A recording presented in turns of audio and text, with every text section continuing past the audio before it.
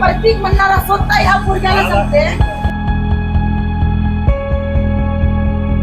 लपवायच्या भावापासून लपवायच्या का बहीण भाऊ ओरडतील एवढे पैसे कशाला द्यायला लागली त्याच्यासनी तीन ओरडल एवढे पैसे कशाला पोचवायला माझ्या अंगावरचे दागिने घाण ठेवून माझ्या पुरीचा सणवार करायचा आणि ही माझ्या पुरीला मारून टाकत्यात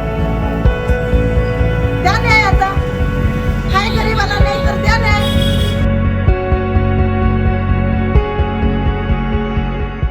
पुरोगामी विचारांची परंपरा लाभलेल्या कोल्हापूर शहराला हादरवणारी एक घटना राजारामपुरी परिसरात घडली आहे। अवघ्या एका महिन्याच्या चिमुकलीच्या बारशाचा आनंद साजरा करण्याची तयारी सुरू असताना तिच्या आईनं गळफास घेतल्याची घटना समोर आली आहे। मात्र हा आत्महत्येचा प्रकार नसून आपल्या मुलीची हत्या केल्याचा गंभीर आरोप मृतविवाहितेच्या आईवडिलांनी सासरच्या चौघांवर केलाय। या घटनेमुळे संपूर्ण परिसरात शोककळा पसरली असून प्रकरणानं मोठी खळबळ उडाली आहे। राजारामपुरी येथे राहणाऱ्या अस्मिता प्रतीक सिंग काटकर यांनी रविवारी दुपारी राहत्या घरी फॅनला ओढणीच्या साह्यानं गळफास घेतलाय। अस्मिताचं वर्षभरापूर्वी लग्न झालं होतं। महिनाभरापूर्वीच त्यांनी एका मुलीला जन्म दिला होता। या चिमुकलीच्या बारशाचा कार्यक्रम होणार असल्यानं घरात आनंदाचं वातावरण आणि तयारी सुरू होती। मात्र बारशापूर्वीच घडलेल्या या घटनेनं सर्वांनाच धक्का बसलाय। अस्मिताच्या मृत्यूनंतर तिच्या आईवडिलांनी सासरच्या मंडळींवर गंभीर आरोप केलेत। लग्न झाल्यापासून पैशांसाठी अस्मिताचा सातत्यानं मानसिक छळ करण्यात येत होता। अनेक वेळा त्यांच्या मागणीनुसार पैसे देण्यात आले होते। बारशासाठी तब्बल 52,000 रुपयांचा पाळणा ऑनलाईन मागवण्यात आला होता। तसंच बारशाचा खर्च आणि इतर कार्यक्रमांसाठीही तिच्यावर सातत्यानं दबाव टाकला जात असल्याचा आरोप तिच्या वडिलांनी केलाय। याशिवाय बाळंतपणापूर्वी सासरच्या लोकांनी मुलगा होईल या अपेक्षेनं मुलाची कपडे खरेदी करून ठेवले होते। मात्र मुलगी झाल्यानंतर अस्मिताला मानसिक त्रास देण्यात आला होता आणि तिचा छळ करण्यात आला असाही आरोप तिच्या आईनं आणि भावानं केलाय। सुरुवातीला नोव्हेंबर मध्ये लग्न झालं 26 नोव्हेंबर मध्ये नोव्हेंबर गेला डिसेंबर गेला जानेवारी पासून टॉर्चर करायला चालू। आम्ही डान्स केला लग्नात तुमच्याने डान्स केला नाही तू डान्स केला नाही ह्याच्यावरनं तुमच्या पोरगीला घेऊन जावा तेव्हापासून चालू। जानेवारी महिन्यात आम्हाला फोन आला तुमच्या मुलगीला आम्ही नांदवत नाही घेऊन जावा।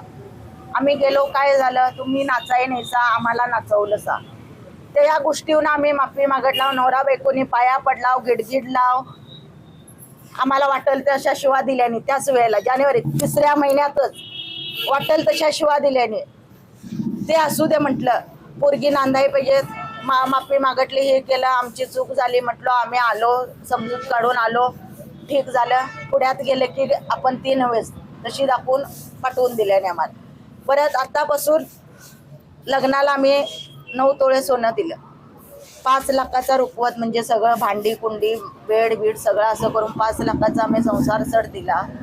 तरी पण त्यांची भूक किती भूक डिलेव्हरीचं तुम्ही करा 7व्या महिन्याचं तुम्ही करा अधिक महिन्यात हेच पाहिजे अधिक महिन्यात तेच पाहिजेत आता बारसं तुम्ही करा 15 ऑगस्टला बारसं तुम्ही करा म्हणजे किती भूक तुमची किती भरणार पोटं सगळा खर्च जर आम्हीच करायचा होता तर तुझ्या लेकाचा वंश वाढायसाठी तू लग्नच का केलीस असल्या म्हारड्याचं लग्न करायचं नव्हतं नव्हे का लगीन करून आणलीस तू माझ्या पोरगीला मारायसाठी लगीन करून नेलीस नाहीच नाही लगीन करून पोरगीला त्या नंदन म्हणणारीन बी छळलीन सासऱ्या म्हणणाऱ्यान बी छळल्यान नवऱ्या म्हणणाऱ्यान बी छळल्यान सासू म्हणणारीन बी छळलीन 9 महिने तुमच्या मुलीच्या बाबतीत आता नक्की काय प्रकार घडले?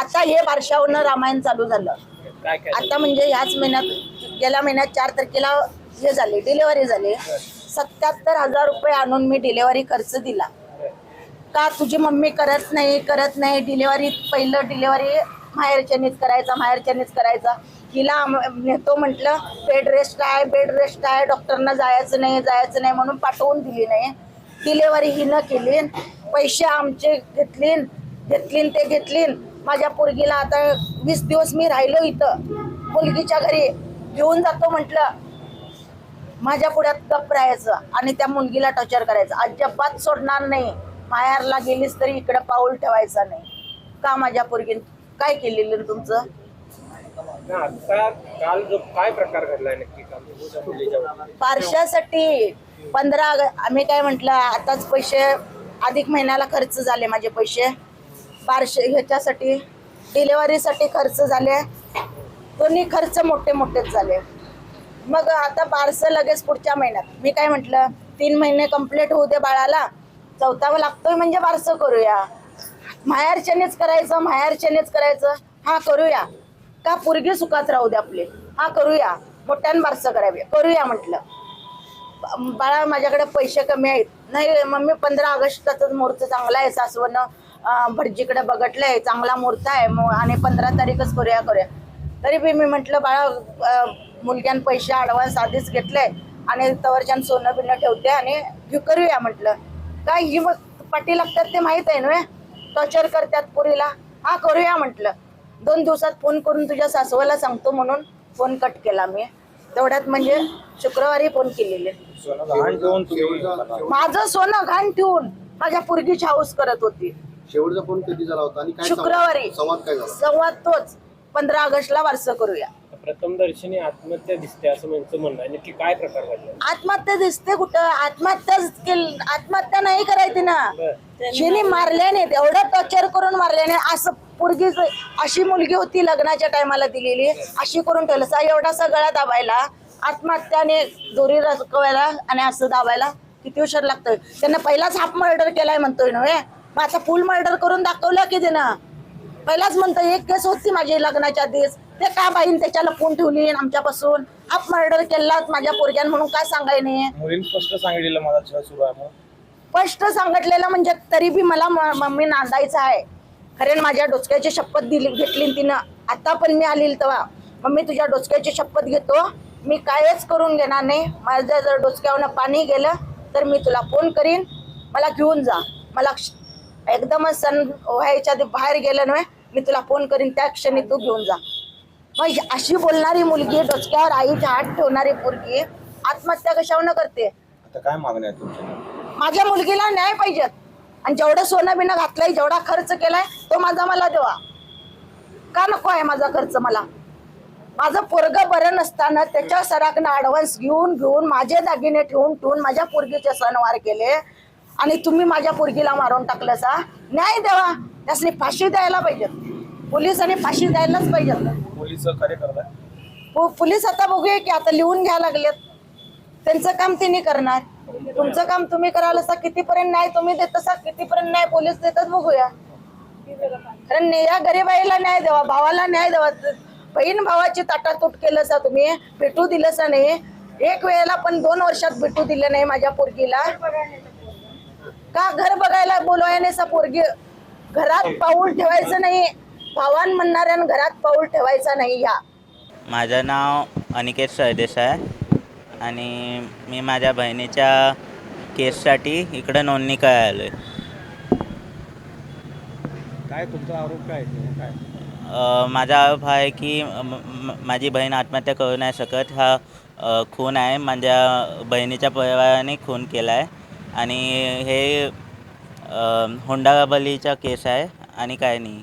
काय मागणी होती? काय मागणी म्हणजे असा हुंडा मागत नव्हती ती, असं मोठे कार्यक्रम करायचे ते सगळ्यात आम्ही करायचं, म्हणजे मुलीच्या परिवाराने करायचं, तसं त्यांची हे होती मागणी. मग आम्ही सगळे कार्यक्रम केले, जसे 7वा महिना केला, मग अधिक महिना केला, अधिक मासचा महिना, मग पाळणं घेतलं, मग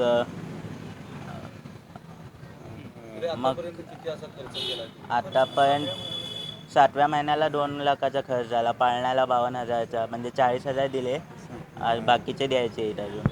मग तरी पण एवढा म्हणजे जास्त डिलिव्हरीचे पण पैसे आम्ही 77,000 दिले. पण एवढं पण करून काय जो झालं? लग्न झालं आता जवळपास वर्ष लग्नाला झालं. 1.5 वर्ष झाली. हो हो. घरात पैशाची मागणी असेल किंवा छळ असेल, मग कधीपासून सुरू झाला आणि याबाबत तुम्हाला तुमच्या बहिणीने कधी सांगितलं होतं का?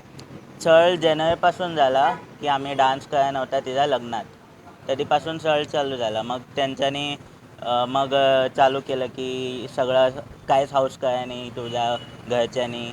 मग आम्ही चालू केलं. मग बहीण पण म्हणायला लागली मला संसार करायचा आहे, मी काय सोडून येणार नाही.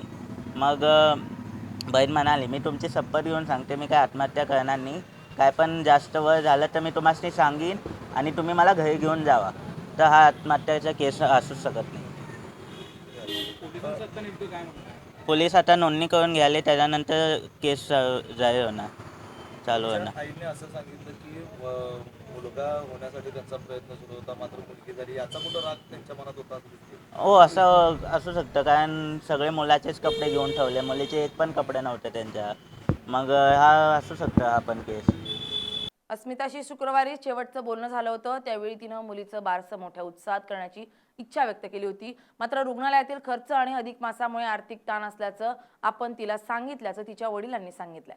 तर तिच्या आईनं सासू सासरा पती आणि नणंद यांनीच आपल्या मुलीचा जीव घेतल्याचा आरोप करत त्यांच्यावर कठोर कारवाई करण्याची मागणी केली आहे. दरम्यान पोलिसांनी घटनास्थळी पंचनामा करून मृतदेह शवविच्छेदनासाठी पाठवला असून प्रकरणाचा तपास सुरू आहे. Bureau report LS Marathi.